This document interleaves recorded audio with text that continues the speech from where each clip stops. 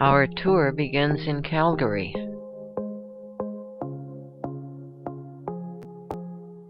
This is Stephen Avenue, a pedestrian mall in downtown. These structures are called the Galleria trees and are designed to reduce wind gusts. Nearby is a shopping center with over 150 stores and an indoor botanical garden. The Devonian Gardens has 2.5 acres with over 500 trees and more than 50 species of plants.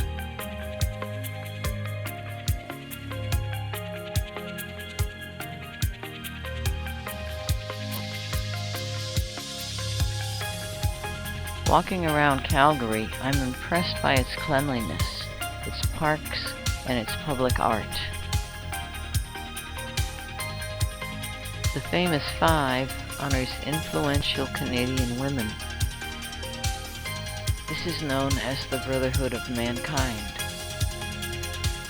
Surrounded by the Bow River is an urban park that you can get to by various footbridges.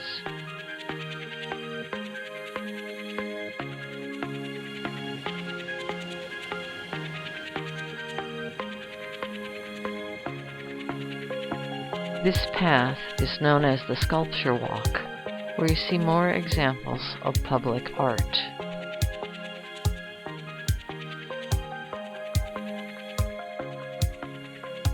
The McHugh Bluff Steps is popular with joggers and visitors who want a fantastic view of the city.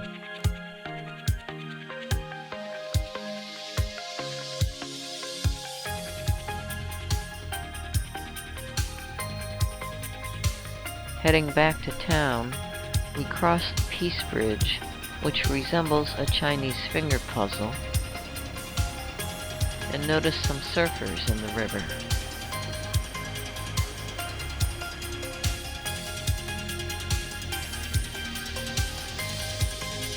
The Al Forno Bakery was a good place to eat. And I got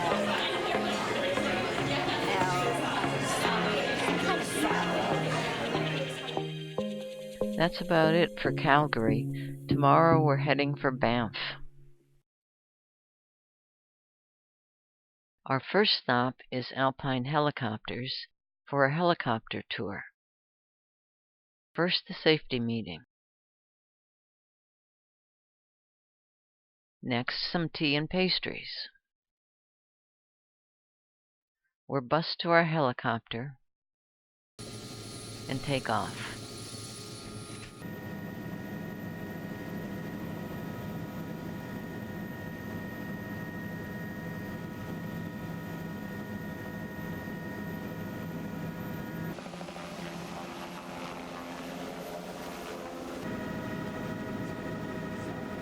This is advertised as the most action-packed 12 minutes of your life.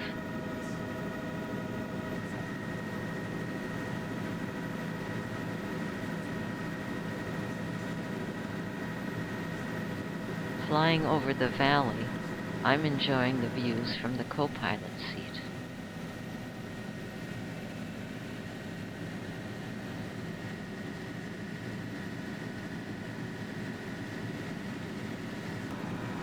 Views of the Canadian Rockies include the Three Sisters Peaks.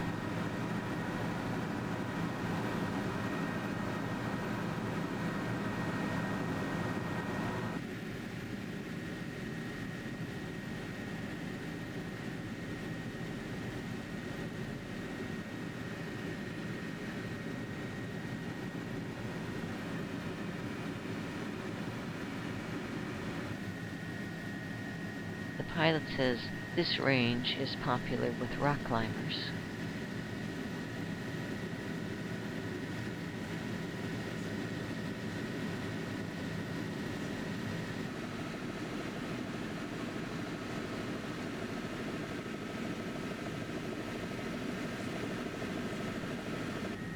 That was quick. It's time to descend and land.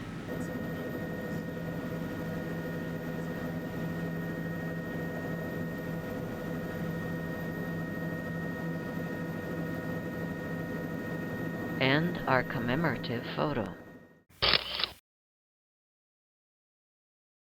The rest of the day is a tour around Banff. We see hoodoos. Our indigenous people believe that a hoodoo was an evil spirit turned into stone. There's no one hoodoo exactly alike, much like a snowflake.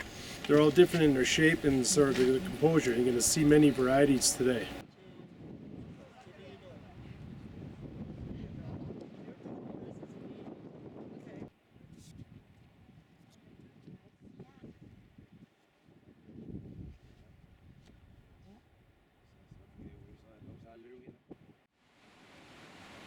The Bow River Falls,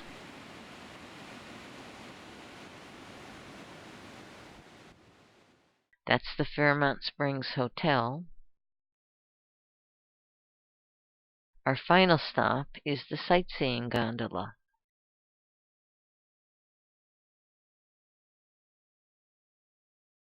The ride to the top takes about 7 minutes. You can walk on the boardwalk to the observation decks.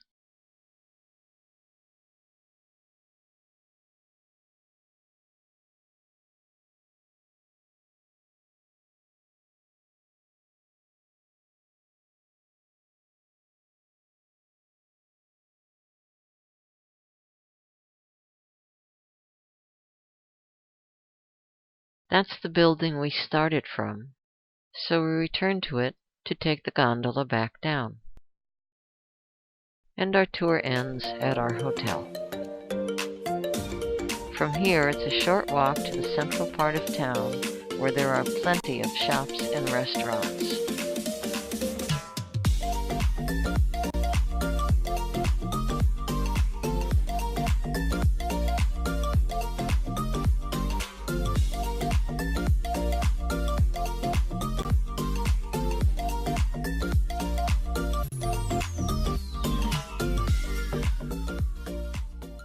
We picked a few hikes today.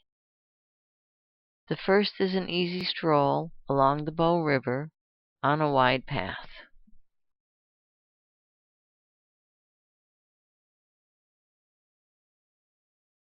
We didn't see any wildlife besides a chipmunk that Margie is trying to hunt down.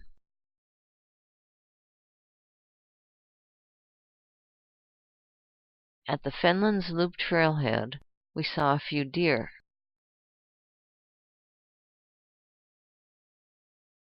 As we begin, Margie says, "There's a bear's den."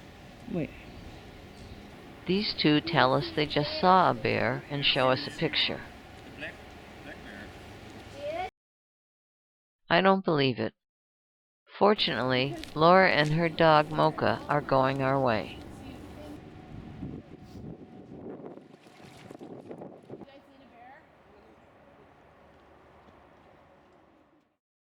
We had a nice walk, but we didn't see any bears.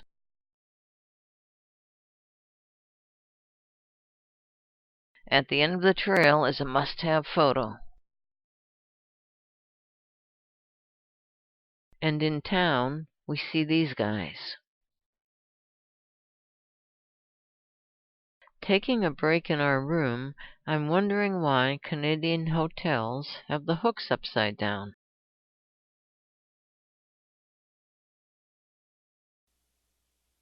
A short walk from town is the Tunnel Mountain Trail. It's 2.7 miles round trip with an elevation gain of 948 feet. A wide trail leads you up the hillside on switchbacks.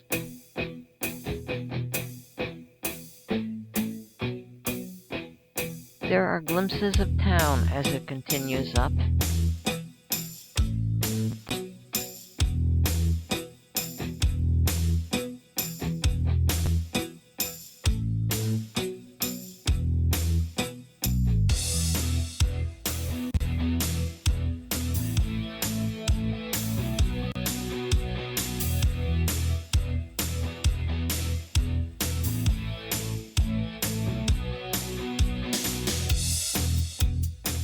After about an hour, we're on top. Our impression impressions is it's a long way to the top. My impression is somebody lied to us and said it'll only take us a half hour to get to the town. I think it took me an hour. And we enjoy the view. Margie from an Adirondack chair. And then we head down. We're taking the local bus to Johnson Lake.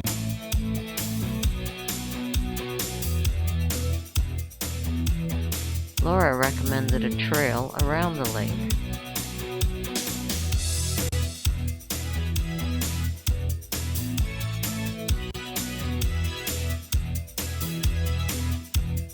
Since there's no one on the trail and it's about dinner time for bears, we retreat to a safer place.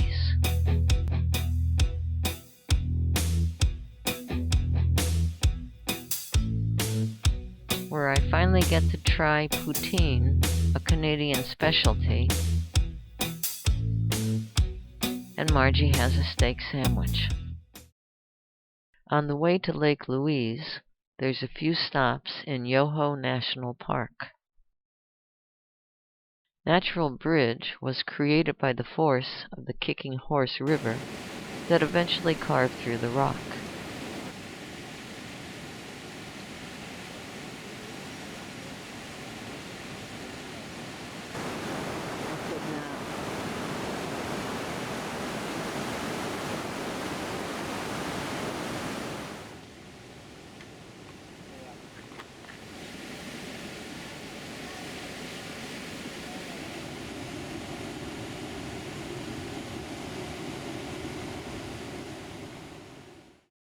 Emerald Lake is the largest lake in the park.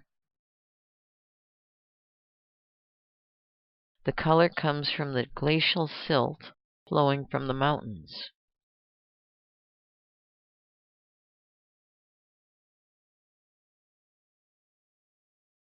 Popular in the summer for hiking and canoeing.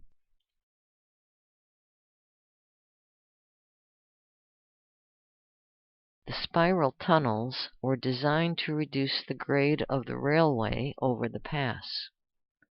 There are a pair of tunnels that create a figure eight so that the train crosses over itself. It's kind of hard to see, but that's the same train. This is the Fairmont Chateau at Lake Louise, where we'll spend the next 2 nights. A luxury hotel.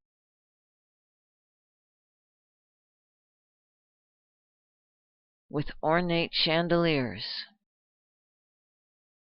stained glass,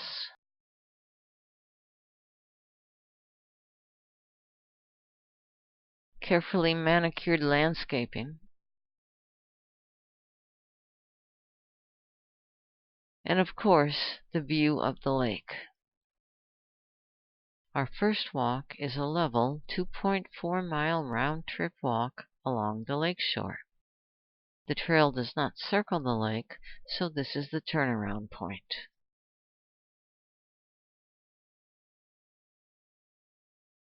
In Canada, the Indigenous people are referred to as the First Nations people.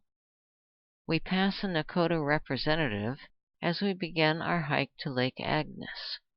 It's a 4.4-mile round-trip hike to the lake and its popular tea house. The elevation gain is about 1,300 feet. Mirror Lake is the perfect stop for a break. It's about 3/4 of the way to our destination.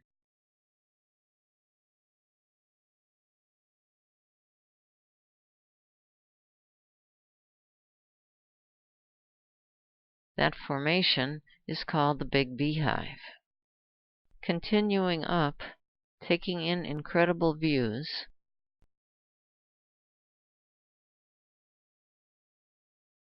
passing waterfalls, before the final push up the wooden stairs, and there's Lake Agnes with its impressive backdrop of mountain peaks. The tea house was originally built as a mountain refuge by the Canadian Pacific Railway. Serving soups, sandwiches, and tea, it's very popular. While I'm sitting by the shore, this Clark's Nutcracker stopped by.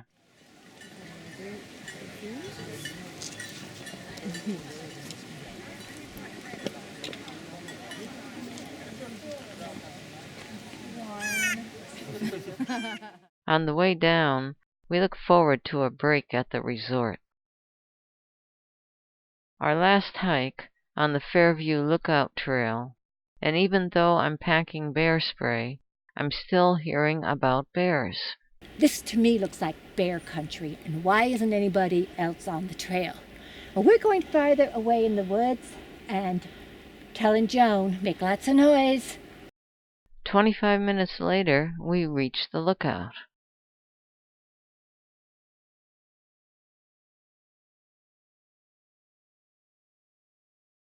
And once again, we return safely to our hotel. We are on the Icefields Parkway going to Jasper. We stopped at the lookout point for Bow Summit and Peto Lake. Probably the bluest glacier-fed lake I've seen.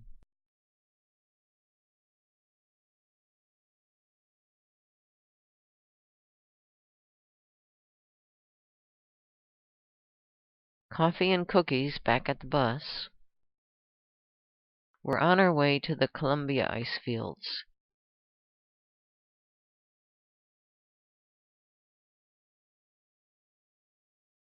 The driver stopped when he saw these mountain goats.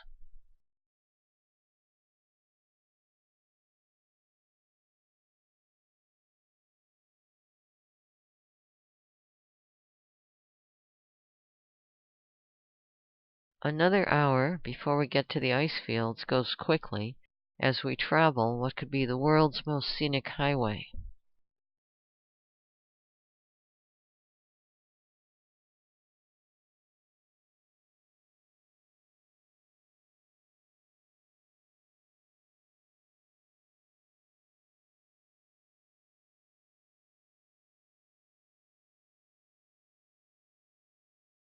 This is the visitor center for the Columbia Ice Field, which is the largest ice field in the Rockies.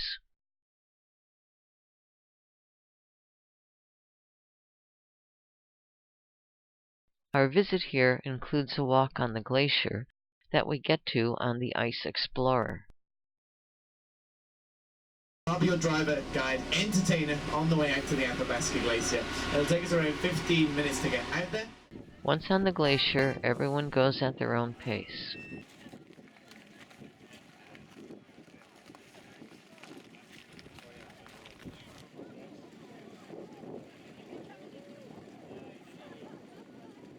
Some people try the glacier water.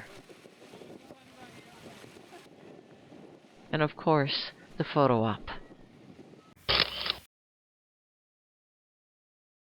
What I liked best was the ride down and back up this 32% grade hill.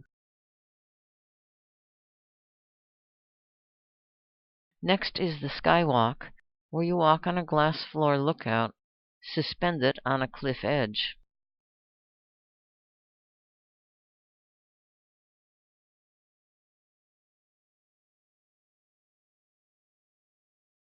The view through the glass floor isn't very interesting, but doesn't provoke a fear of heights. Back on the parkway, there's a report of a bear sighting. Yes, there's a bear in there, and you're probably as disappointed as I was with this view.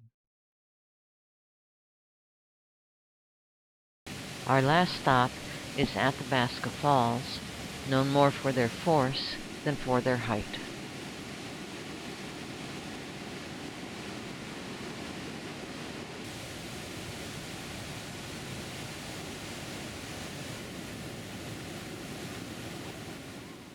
Starting our tour of Jasper this morning, we pass by quite a few elk.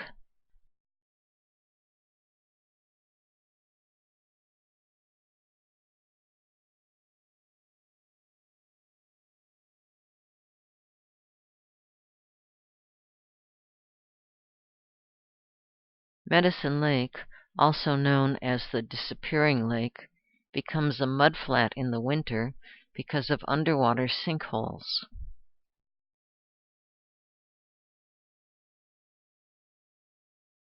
The rain keeps most of the group on the bus. Instead of walking around Maligne Lake. Fortunately, there's a gift shop nearby.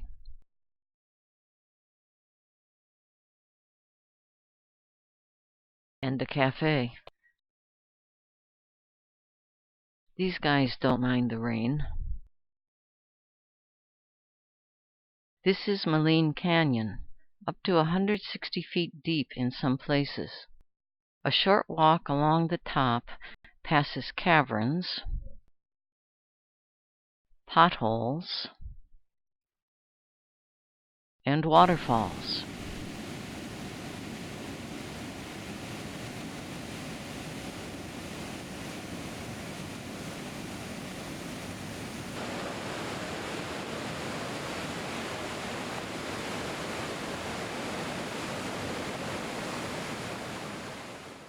Our guide points out fossilized marine life, and then it's time for lunch. This is the town of Jasper. It's a 30-minute walk from our hotel. It has the typical resort town shops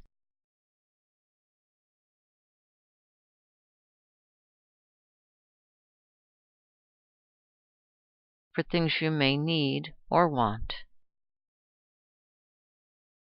Most impressive is the mountain view. Today we begin the railway portion of our tour, and look what else is on the tracks.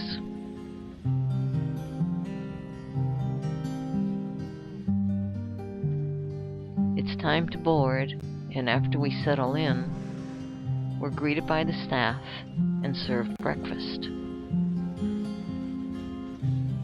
The scenery is obscured at times, often by trees.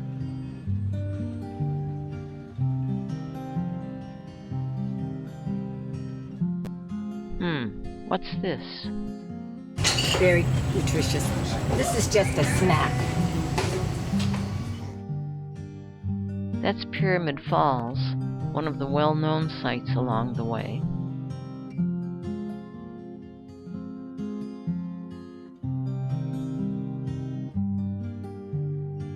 For the rest of the afternoon, we sit back and watch as the view goes by.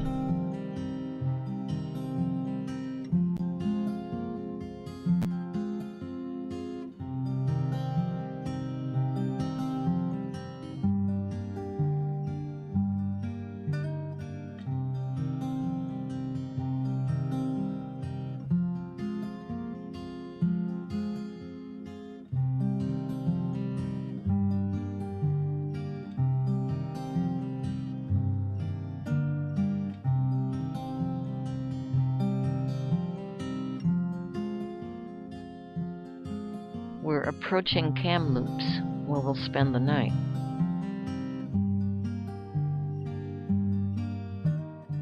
We walked to the river, had dinner, and called it a day.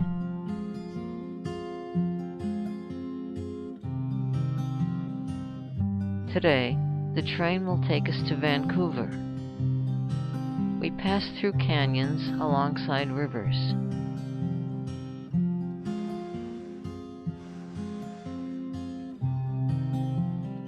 Past unusual rock formations with hoodoos.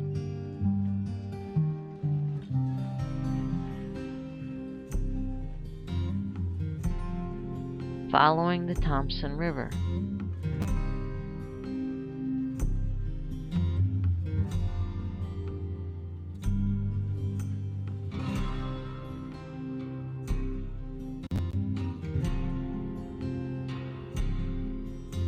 There's more mountain goats.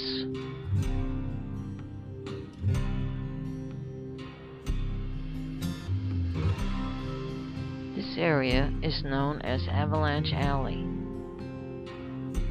As the front of the train enters a tunnel, we pass through avalanche bridges that protect the railway.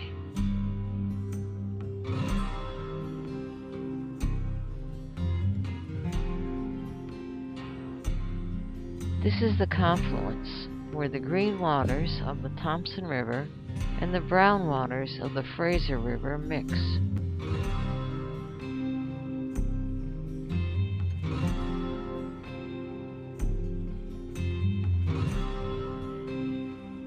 Approaching Hell's Gate, an extremely narrow gorge, but there wasn't a good view.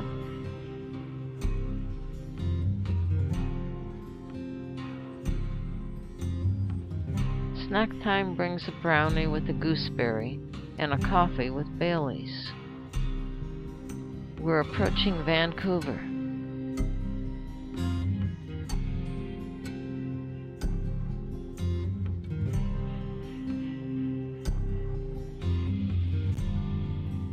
As we arrive at the station, here are my impressions of the Rocky Mountaineer. Although the train trip itself is luxurious, I think the scenery is overhyped. The Canadian Rockies are indeed beautiful, but the views from the train can't capture it. In this very bike-friendly city, we're going on a bike tour. Our first stop is at the waterfront.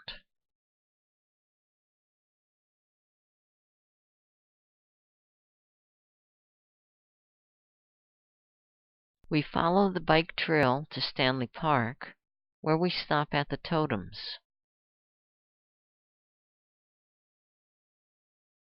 These 9 monuments tell the stories of the First Nations people's history and culture.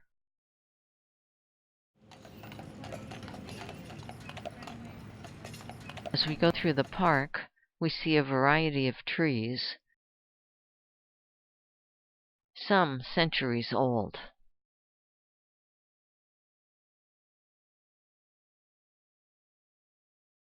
We leave the forested area and go past a beaver lodge until we're back at the shoreline. Similar to Copenhagen's Little Mermaid statue, but this one has a diving mask and flippers.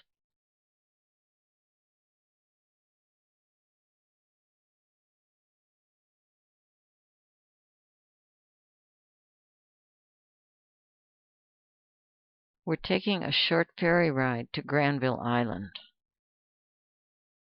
We didn't eat since last night, since we got off the train.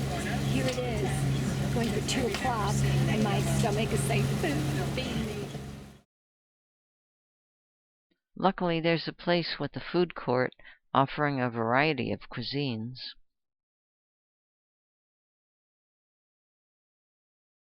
It also has an indoor market featuring a mouth-watering assortment of colorful produce and food.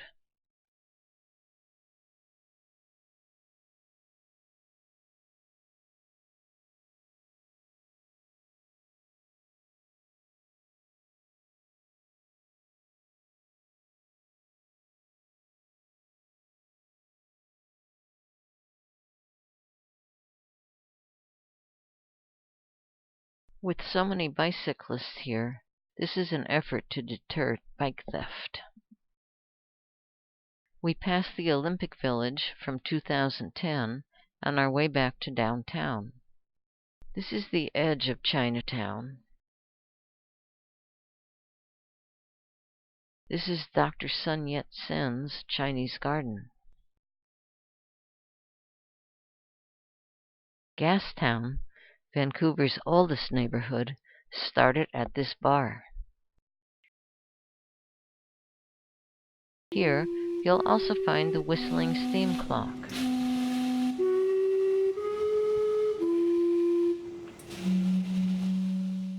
That's the Vancouver Lookout, and admission to it is included in our trip, which unfortunately is coming to an end.